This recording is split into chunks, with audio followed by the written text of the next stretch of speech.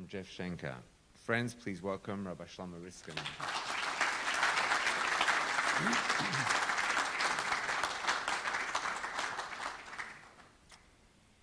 Thank you very much. Thank you very much, Rabbi Schneer. It's a pleasure to be here. And this is really a very special facility. And as I said, it's a pleasure to be here.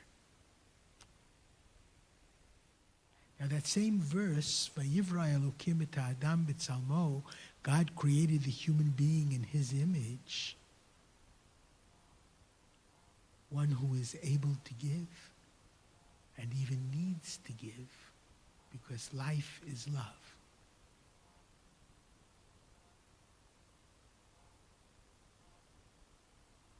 B'tzelem Elokim bara oto, he created the human being in the image of God. Zachar u'nekeva bara otam, he created the human being male and female. And female is equal to male, and male is equal to female. Because that's the image of God.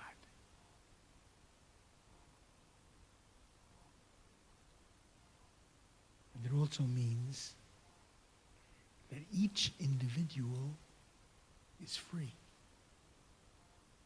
just as God is free. And each individual must be inviolate, just as God is inviolate. So I cannot control you, and I dare not violate you. That's an expression of Tzelem Elokim. I must respect your freedom. I must respect your independence, male and female.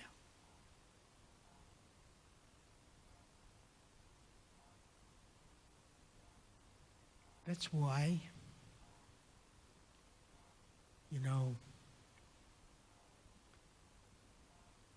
last week we celebrated an AGUNA day. Every woman has a right to be free and to get out of a marriage if she wants to get out of a marriage. That's built into human life and Jewish life.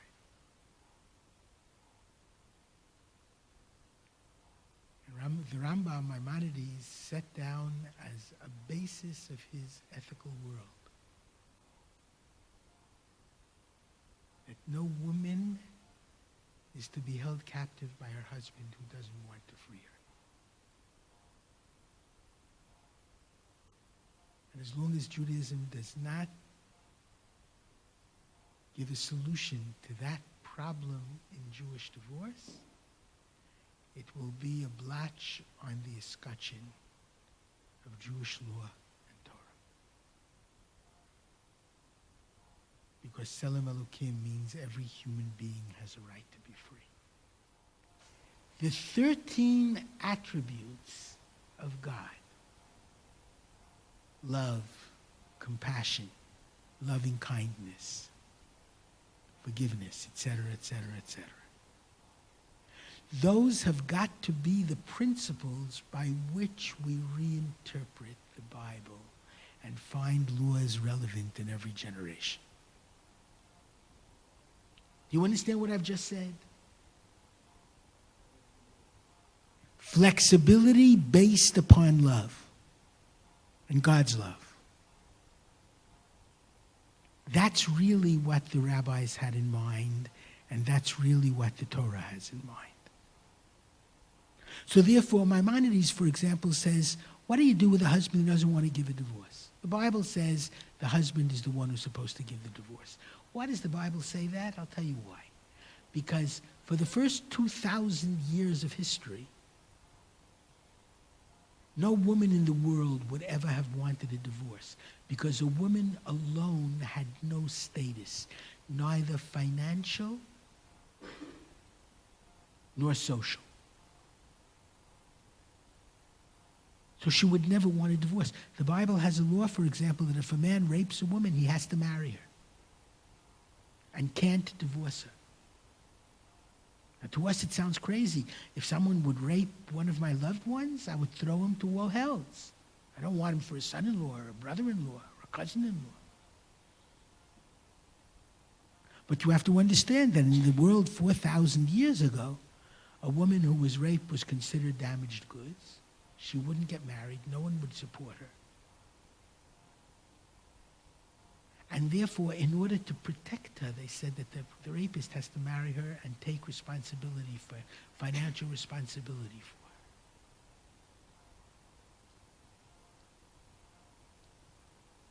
So what does Maimonides do when he comes across now this law? It's not true anymore. Women do want divorce very often and do have financial status and social status without a husband. So Maimonides says, you beat the guy up until he says, I want to divorce him. What do you mean he wants to hold his wife captive? And he says it very well, because it says that the husband has to give the writ of divorce, so the husband has to do it of his own volition. That's the way the Hebrew is interpreted. So how can Maimonides say, do it, just beat the guy up until he says, I want to give it? So he gives the following analogy. Make believe I'm sitting at a wedding, which I very often am. And the waiter knows me in a frat. All the waiters at the weddings are local, yokels. And I'm a chocoholic, and I am. I love chocolate. And the waiter comes over to me and says, Rabbi Riskin, I have a wonderful dessert for you, chocolate chip chocolate cake. Would you like a piece? And it's just as I'm about to say, would I like a piece? My wife turns to the waiter and says, my husband doesn't want it. And I said, what do you mean? I've been waiting for this dessert all night. My wife says, oh, cholesterol. Extra pounds. You're going to the doctor in 2 days for a checkup.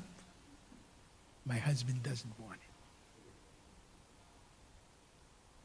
That's what Maimonides says. Everybody wants to do what's right. So there's a higher will and a lower will.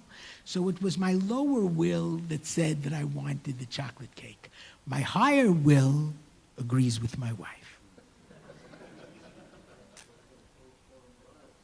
That's it. Correct. Right. Now, that's a very important principle that I just stated. Because Maimonides says, I know, it's as if he's saying, I know that this is stretching the point.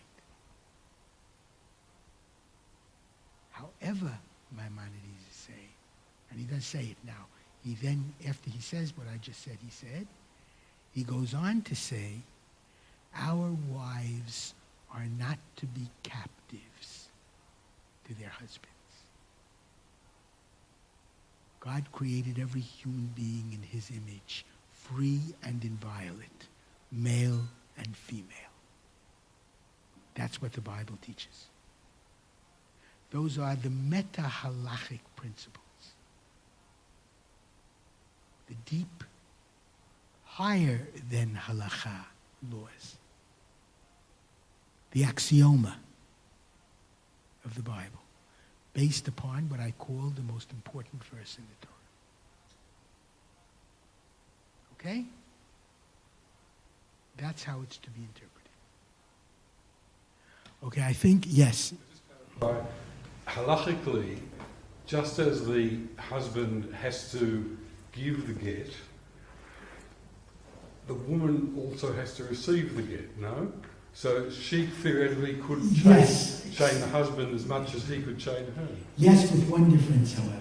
Again, If you look at the halacha, look, it's a 4,000-year-old system. It's not such a simple one, to put it mildly. Technically, a man can have more than one wife. Therefore, there is built into the halacha that if 100 rabbis will say that it's proper for the wife to refuse the divorce, they'll give the husband the right to get married again. Doesn't work the other way. Therefore, Maimonides had to say, beat up the husband or put him in jail. And we do that now in Israel. Or you just punish him in a way that he'll come through. We now have prenuptials. I've actually championed that and heralded that. Prenuptial contracts after every marriage, before every marriage, to protect the woman, because she has to be protected.